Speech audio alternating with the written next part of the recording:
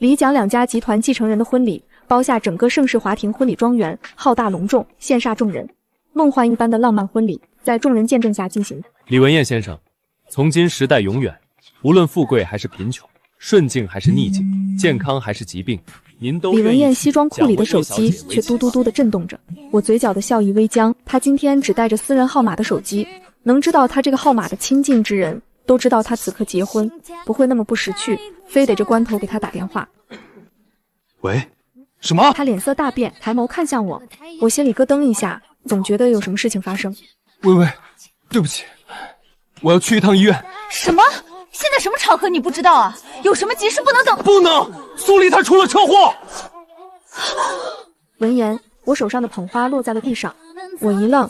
苏黎是他的前女友，他说他们早就不联系了。对不起，让婚礼暂停一下。他转身就要走，我拉住他，说道：为什么就不能等婚礼结束之后？今天是我们结婚的日子，所有人都在这里，我们谁也丢不起这个脸。你想一想我行吗？作为蒋氏集团董事长的掌上明珠，我从未低声下气求过任何人，但是这么盛大的婚礼，何止是我一个人的颜面呢？更何况苏黎出车祸，需要的是医院和医生，而不是别人的新郎。李文彦的手机却又响。方冉说，如果我现在不去，那我就见不到苏黎的最后一面了。他转身疯了般的抛下我。阿叶！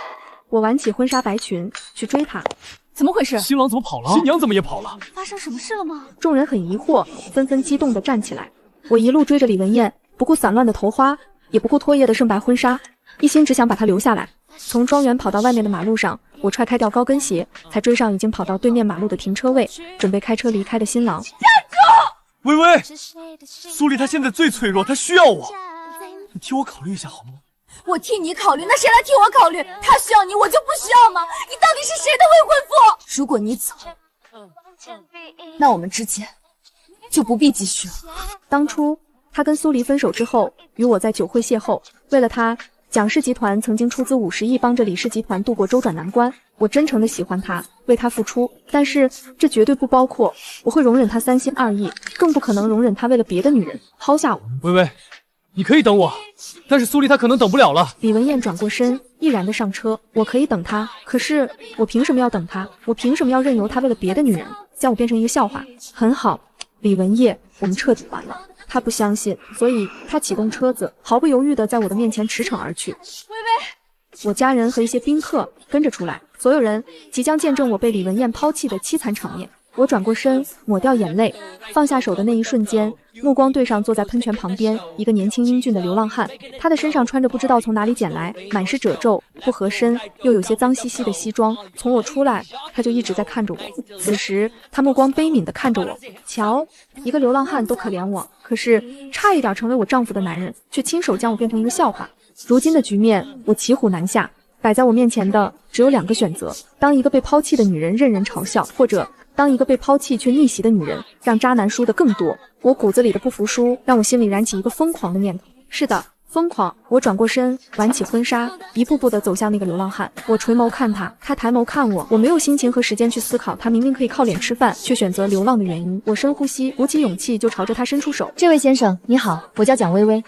大概是不明所以，他浓眉轻蹙。我今天结婚，但是缺个新郎，你愿意做我的新郎吗？他一脸错愕。做你的新郎？是啊，一个流浪汉突然被年轻貌美的富婆看上，能不错愕吗？但是如今能解我困局的人，他最适合。因为陌生，所以假象才更不易被戳穿。帮帮我！我凑近他，诚心的求他帮忙。如果你愿意帮我，那我会给你100万。他幽邃的眼眸盯着我一瞬，又转头看向就快走到我们面前的众人，像下定了决心。好，成交。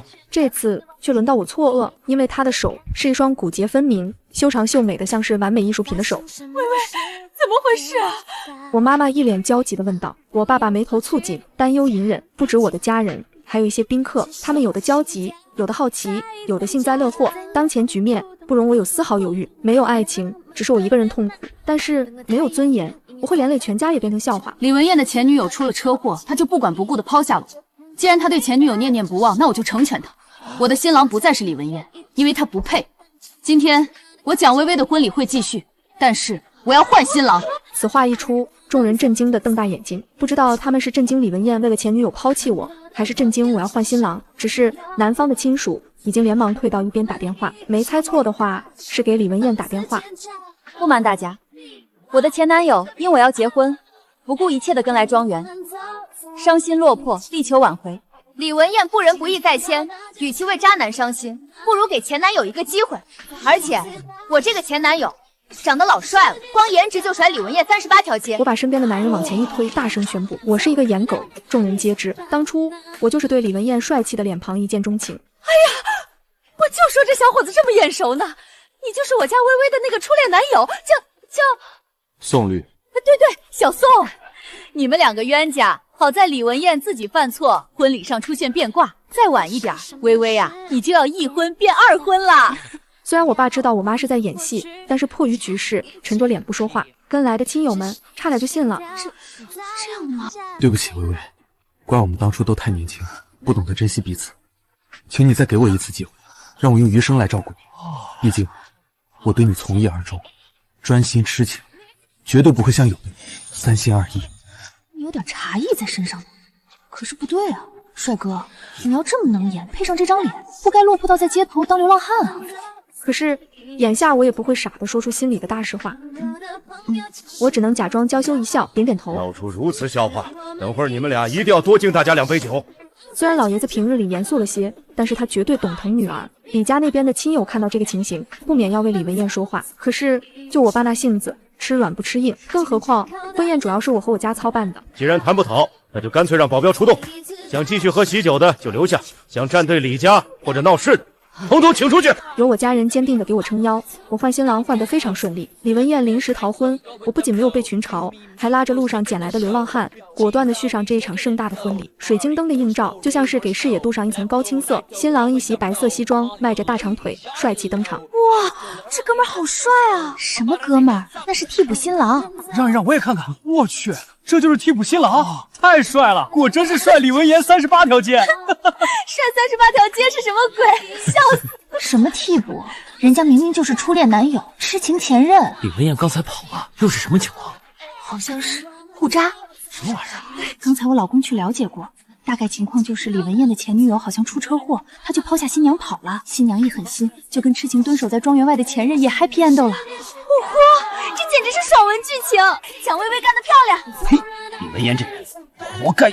要光看脸的话，是我也要现在这个帅哥，太帅了，看得我也春心大动。可惜他不是我的。我看着面前高大英俊的男人，心里万分诧异。他该不会真是来碰瓷我的吧？但是他怎么知道李文英一定会扎了我呢？这不可能啊！顶替李文嫣的新郎位置，又穿着我给李文嫣准备的备用西装。宋绿身姿修长，气质文雅，比李文嫣这个豪门霸总更像豪门霸总。不知道是不是这个想法导致的心理作祟，我越看宋绿越觉得他眼熟，一种说不上来，但是确实存在的眼熟。我不由得凑近他，低声问道：我们俩是不是以前见过面？宋绿浓眉微扬，浅浅勾唇，冲我摇摇头，没有。好，那就好，继续，婚礼继续。然而司仪准备接上之前对李文燕说的台词时，宋绿伸手拿过司仪手里的话筒。司仪抢我饭碗？什么？主动加戏？宋绿看向我，无论是现在还是将来，富贵还是贫穷，顺境还是逆境，健康还是疾病，快乐还是忧愁，我都爱你，一如当初，一眼惊艳。我叫宋绿，我愿意用我一生的财运、时运和我的生命起誓，我愿意娶蒋薇薇女士为妻，对她呵护宠爱，专一钟情，一生一世只爱她，只属于她一人。不愧是痴情前任，这番话怕是早就练过了吧？流利的跟背台词一样。失而复得，深情大告白。那你们说，以前这两个人之间到底是谁摔了谁？不知道，但是以目前所见，这个宋绿一直深爱着蒋薇薇。蒋薇薇真是命好，出身好不说，还有痴情的大帅哥深爱着，实名羡慕，全民羡慕。我代表我全家羡慕。同是富婆，我怎么就没有这种甜甜的爱情呢？台下的宾客们议论纷纷，我来不及听清楚，因为宋绿话落就将麦克风递给了我。干什么？蒋薇薇女士，你是否也愿意如我这般，一生一世只爱我，只属于我？爱你？我爱你个屁！我抢过麦克风关掉。喂，帅哥，你疯了吗？说好的演戏100万你还要不要？我给钱我就说了算，你得听我的。我不要这么说。你只需要说愿意，这还不够简单吗？我也是替你省事。这好像没毛病。于是我打开麦克风，我愿意。果然很简单，很省事。又是一阵热烈的掌声。我心里松了一口气。这会儿，宋律接过麦克风，递给了司仪，说道：“可以开始交换戒指、新郎亲吻新娘的环节了。”什么环节？确定过眼神，你不是来结婚的，你是来抢活的。气氛冷僵了3秒，司仪委屈巴巴地看向我，我轻扯一下宋律的衣袖：“帅哥，克制一点，戏过了，不需要亲一亲。”说实话，我开价100万。起初是见他长得好看，只要能帮我过这一关，这100万我也花得起。如今一看，这哪里是花得起，这简直是花得值。原本怕他戏不好，如今是他戏太好。宋律垂眸看我，他的眼型是那种眼线泪沟的桃花眸，微微耷拉着眼皮的时候，瞧人的样子，透出一种岁月静好的温柔。虽然我身高1.68米，女生之中绝对不算矮，又穿着高跟鞋，但是宋律的个子还比我高出大半个头，所以他看我时微微垂眸，就像是甘愿聆听。戏要真，你的观众才能相信。至于亲吻，我们可以接吻。那好吧，我答应了。好，接下来让我们见证2位新人交换爱戒。戒指由双方的伴娘伴郎呈上来，伴娘是我多年的好友，伴郎是李文艳多年的好友，一个玩世不恭的公子哥。他不仅不心疼他的好哥们被替补，甚至还有一点激动和期待。婚戒是我和李文艳各自无名指的尺寸，宋律的手好看的近乎完美，她戴的那枚戒指瞧着有一点松宽，宋律扯前又扯后，前后的拉扯摆弄着。我蹙眉看着他，疯狂用眼神暗示他：老婆，这婚戒不合我呀。废话，这婚戒又不是给你买的。老婆，我的要求也不多，今日过后重新买一对婚戒，行吗？老婆，在众亲友的见证下，你能答应我这个小小的要求吗？婚戒不在于贵重，10块钱的塑料圈婚戒我都不介意，好吗？老婆。不是，你这人怎么回事？你怎么一口一个老婆的？我甚至怀疑他说这番话就是为了当众多叫我几声老婆。虽然这么想，我实在太过自恋，而且他喊我老婆图什么呢？多喊我一声老婆，能多一块肉，还是能多1块钱？通通没有。我甚至还会生气，少给他钱。但是我突然想恶作剧，好啊，买就买，但是这对婚戒是我出钱买的，重新买婚戒你来买吧。来啊，玩耍啊，演啊，你一个流浪汉还挺能来事儿的。好。男人的嗓音磁性透着温柔，有那么一瞬间，我怀疑我的耳朵出现了幻听。他说什么？他竟然说好？他知道这对婚戒多少钱吗？啪啪啪，台下响起今日以来最响亮的鼓掌声。666，没想是你家是婚戒，我给你钱。硬汉。哇，好甜啊！希望甜的爱情早日排到我。哦，不对，轮到我。行吧，但是他们要失望了。这一对婚戒价值500多万，送流浪汉绿先生。如果要兑现誓言，那就只能去银行抢了。祈祷宋先生会踩缝纫机。新郎亲吻新娘的环节，如宋律所言，我们皆为蒙混过关。我和李文艳结婚是走入爱情的殿堂，婚礼上布置很多浪漫的情节，如今那些环节全部剪掉。而这一场换新郎的闹剧，敬酒的时候，宾客们逮住我们，使劲让我们敬酒。我要喝酒的时候，宋律从我的手里接过我的酒杯。我老婆的酒量一般，我替她喝。于是他喝了一杯又一杯，俊脸通红。最后伴娘伴郎齐上阵，以及我爸妈过来打圆场。我趁机把宋律拉到角落，低声提醒：“喂，帅哥，你别喝出事了。我是能给钱，但是我赔不起命啊。”宋律低笑，垂眸看我：“微微，我只是高兴。私底下，请你叫我老婆。”老婆你个头！你坐这儿等着，我去叫人给你弄点醒酒汤过来。你，我没醉，微微。我没醉。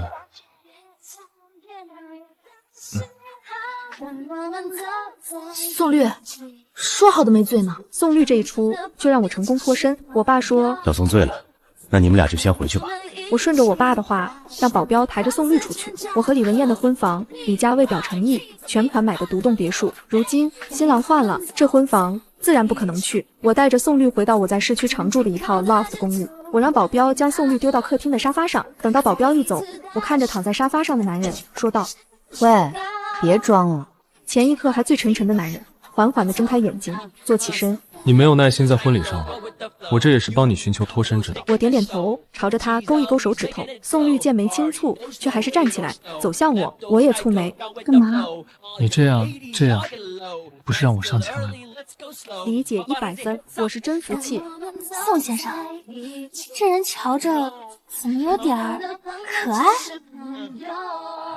起初我让你帮我的忙，答应会给你100万。如今婚礼完成，你帮完我的忙了，我勾一勾手指的意思是手机转账 or 银行卡转账。现在改，不然你不怕我赖账？他摇头笑了一下，那张深邃立体的脸庞，一个笑容就能修饰的他眉眼越加迷人。这个男人天生可以靠皮相吃饭。你这么有钱，不会赖账？但是我不想欠人钱，赶紧的，手机拿出来。没有啊？没有手机。你见过流浪汉有手机？正当我无语的时候，他笑一下，反问我：“这我怎么知道呢？要不是冲着他这神仙颜值，感觉拉来演戏的可信度会太高，我也不会选一个流浪汉啊。那你总该有银行卡吧？6214830123456789。100万转账成功，感谢宋先生的配合，你可以走了。宋律看着我好一会儿，点点头，转身就要走。可是此时我的手机响起来。哎，宋律，你等一下。宋律回过头看我，我朝着他招手。宋律挑了挑眉，站着一动不动，说道：“你付完钱了？我给你加钱，行了吧？所以这次你招手是让我上钱的意思吗？”对对对，我可以帮你一次，不加钱。帅哥，你是懂做生意的。别动！他立马不动了，出奇乖巧的模样让我心生几分内疚。毕竟宋律与我只是陌路相逢，他本可以不帮我。我刚才是不是语气太凶了？是李文艳，就是我那个前未婚夫。帅哥，辛苦你，继续演戏。他微一弯腰，拿起桌上的一颗苹果和水果刀，动作娴熟的削果皮。与此同时，我接通视频通话，就连开场白我都想好了。蒋薇薇，我给你1天的时间，马上召开记者会，澄清你和那个流浪汉的关系，公开跟我道歉，我可以既往不咎，择日跟你举行婚礼。你瞧，有些人啊，根本不会给你发言的机会。你给我闭嘴，闭上你的臭嘴！在一起快2年，我从未那么粗鲁兼粗暴的跟李文艳爆粗口。他狠狠的愣住。你家里没镜子，你就自个儿撒点水照一照你自己的脸。你谁呀？你凭什么跟我大放厥词，对我发号施令？李文艳，我是不是太给你脸了？是我过往的深情温柔，让他忘却一个叱咤职场女强人的本色，从来就不是忍气吞声，而是主导掌控一切。此时，宋律切着水果的手一顿，回眸看了我一眼。乖，不是吼你哦，我只对外人不温柔的。此话一出，李文艳的脸色更加铁青。知道我家薇薇最好了。nice 啊，这帅哥太会搭戏了。薇薇，你别置气，今日是我考虑不周到，但是你就不能善解人意一些吗？善解人意？我被气笑了。李文艳，你听好了，我可以善解人意，可我凭什么惯着你？自己看一看，我的初恋哪点比你差？以为我跟你演呢？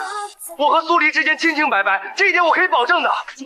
薇薇，我希望你也像我一样对彼此忠诚。明天之前，你处理掉这个流浪汉。再说一次，你是个骗子！我开的是美容机械器材公司，不是废品回收。请你以后历史有多远，你就滚多远。我不曾后悔喜欢他一场，但是我更不后悔将他踹掉。就在此时，手机屏幕却叮的响一声，一串陌生号码发过来的短信。哦，不是彩信。彩信里有2张照片，一张李文艳坐在病床前，端着一碗粥，低着头，眉眼温柔地吹着勺子里的粥。苏黎靠躺在病床床头，另一张李文艳低头，温柔地去亲吻病床上的苏黎。从光影上看，就是所谓的借位，这是别有心机的偷拍。但是不重要，我踹开李文艳，不在于她有没有跟苏黎在一起，而是她在婚礼上为了苏黎抛下我，那一刻开始，他就已经不配。所以，关于接下来的内容，你输了。当初阿燕是被他父母逼着跟我分手，就像从来没有爱过你一样。我反手就直接拉黑他的电话号码，连同李文艳的。我起身准备上楼回房间。薇薇，我站在楼梯上，回头看向他。宋先生，虽然我们不熟，但是你喊我薇薇的样子，让我觉得我们是2个老友。谢谢你帮了我，你可以走了。如果以后你有什么需要帮忙的，可以到蒋氏集团找我，能帮你的我会尽量帮你。再见。我回房间卸妆、沐浴、敷面膜，前后2个多小时，我穿着睡衣下楼。1楼桌上的水果盘里放着切成小块的苹果，我坐下，拿起水果叉起一块，放入嘴巴。咸的。宋律，这是一梯一户的豪华 loft 公寓，室外的电梯处还有一个外客厅。宋绿坐在长椅上。你怎么知道我喜欢吃撒点盐的苹果？这是我个人的奇特口味，很少人这么吃，而且我怕人嘲笑，从来不在外人面前这么吃。宋绿是怎么会知道的？宋绿，你到底是谁？你别向你说话呀！我喜欢这么吃，所以我想让你也试一试。什么？原来你也喜欢这么吃，微微，我们真有缘。有个屁！我觉得他在骗我，这虽然只是直觉，却我是在职场摸爬滚打多年的直觉，而我的直觉很少出错。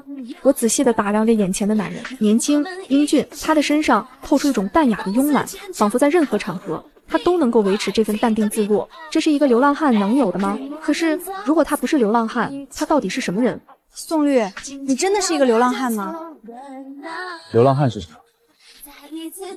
我身上没有钱，没有手机，衣服脏了也破了，睡在街头，这是流浪汉吗？那不然呢？哦，那我就是流浪汉。把你的身份证给我。流浪汉也是有身份证的。没带在身上。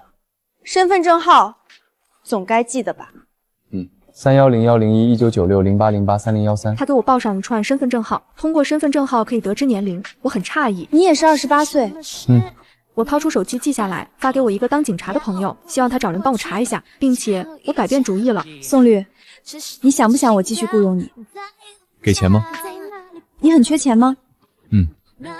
我还没有攒够钱买新的婚戒，不是吗？我怀疑这个流浪汉试图撩我，婚礼上的戏言你大可不必当真。哦，我很可能还需要你这个丈夫一段时间。可以，给钱。给，我也没说不给啊。进来吧。他图钱，我就放心了。既然你都已经出去了，为什么没有离开？那个，你家的电梯下去也需要指纹。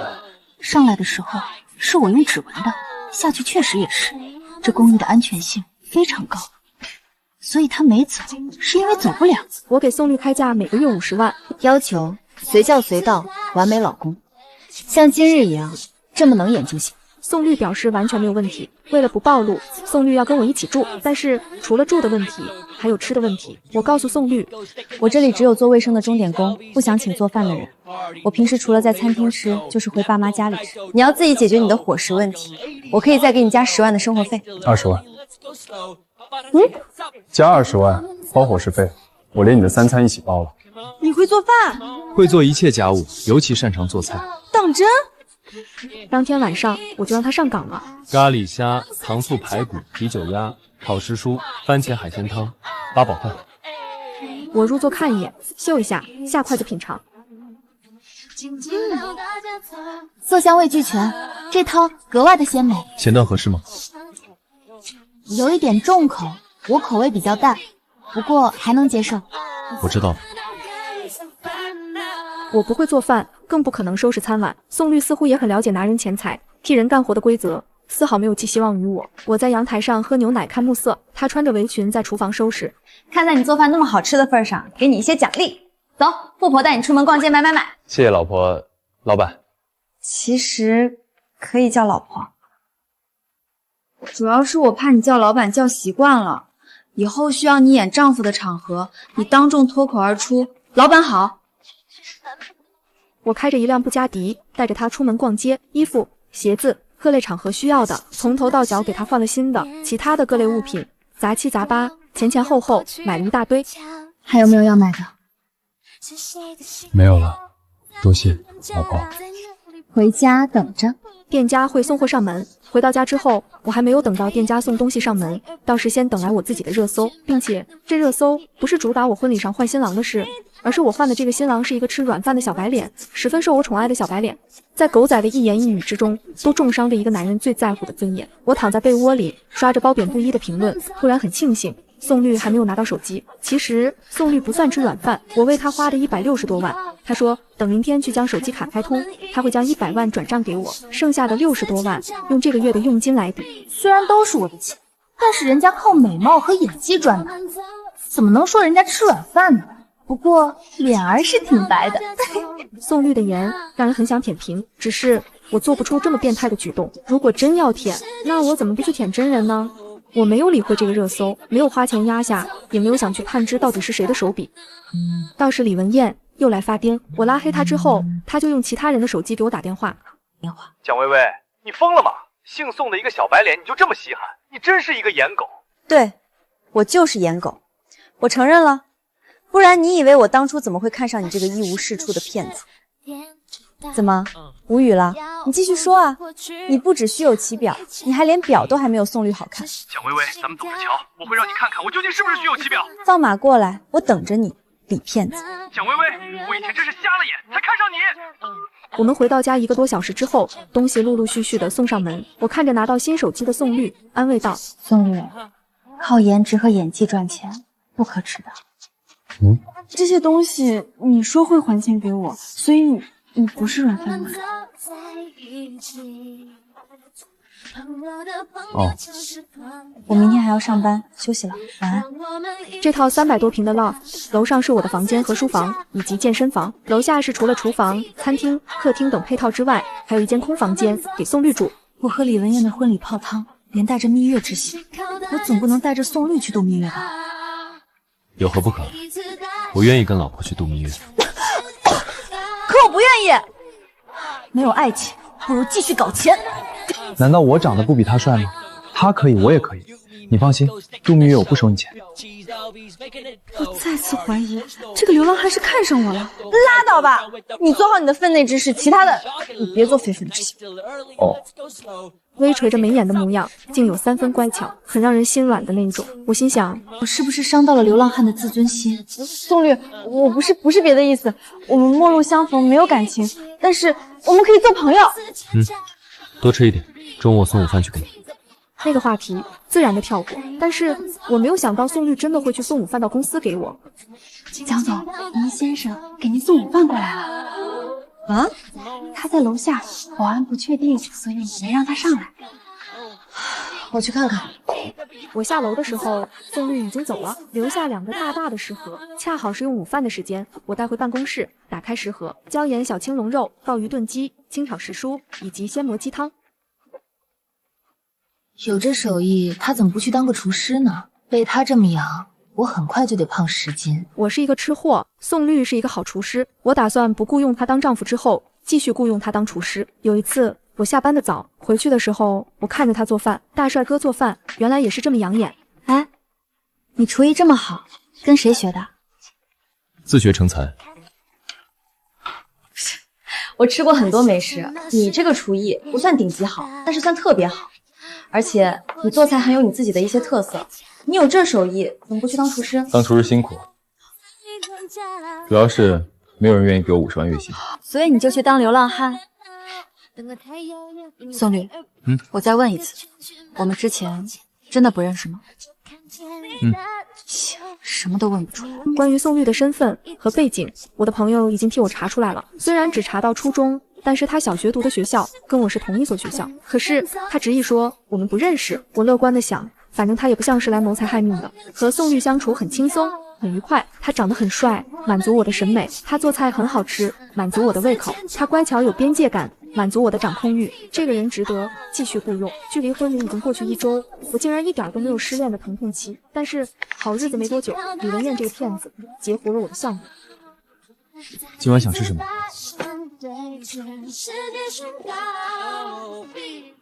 怎么了？李文艳抢了我的项目。什么项目？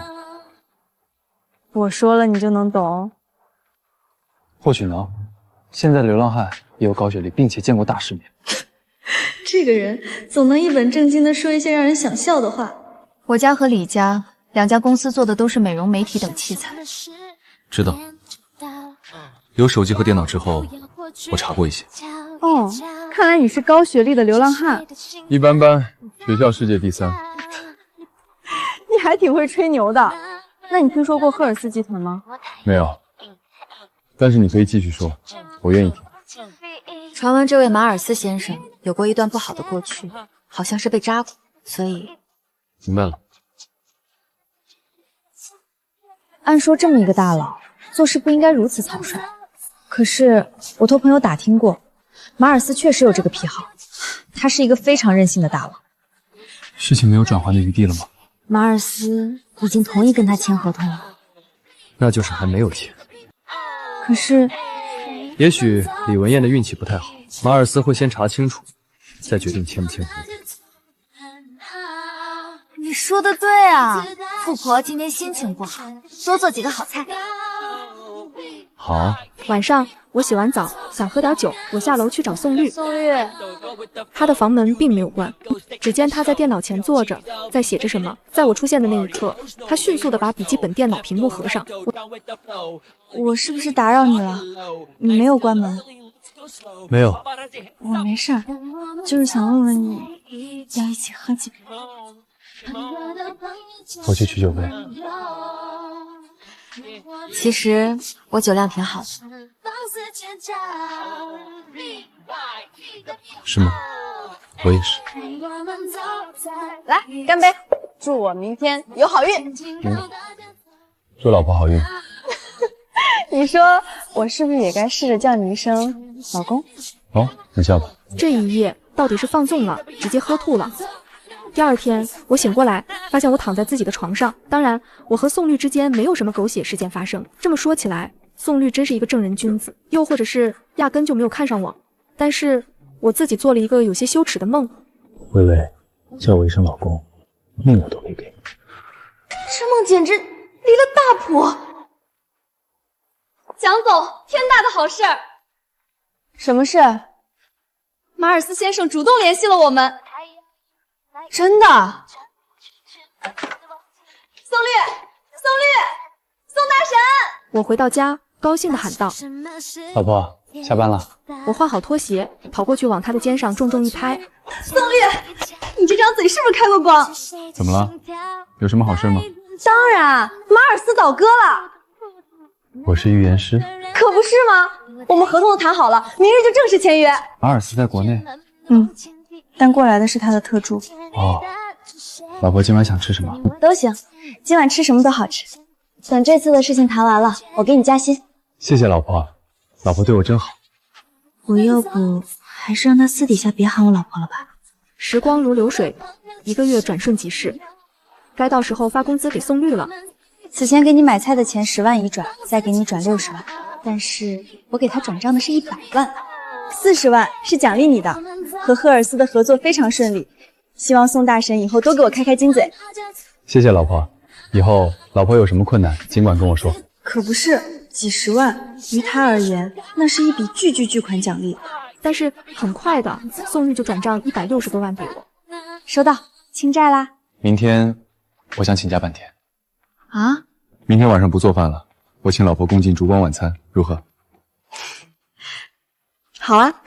其实和宋绿的话，吃路边摊我也并不在意。翌日晚上，宋绿在微信上给我发了一个餐厅的地址，竟然还是一家很有名气的私厨。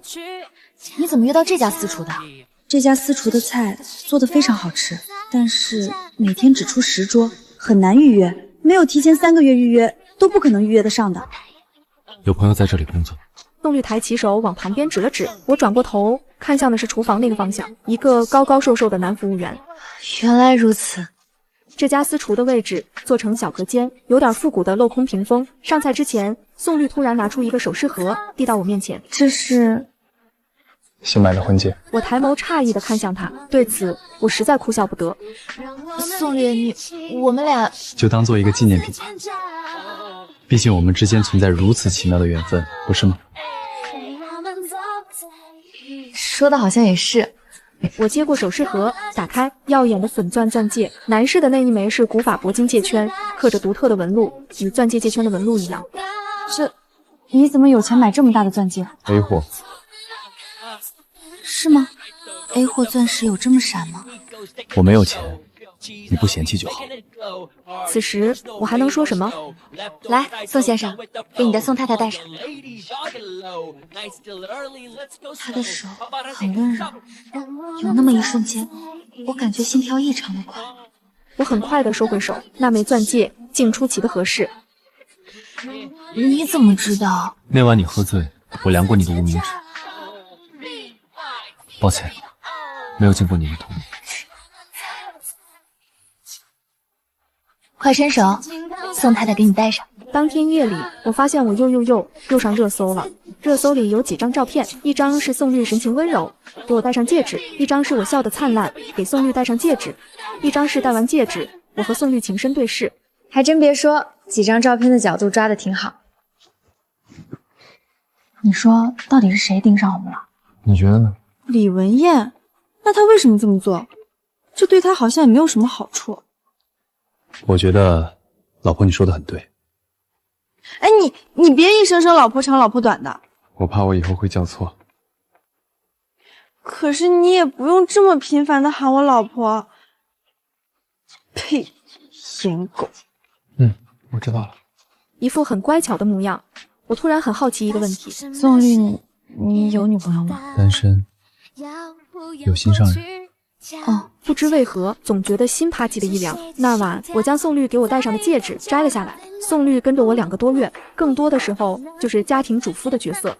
我感谢你给我这个机会，可以赚钱，存钱娶媳妇儿。原本从我知道他有心上人开始，我就想辞掉他了。他长得太好看，而且跟他相处的时候真的太轻松舒适了。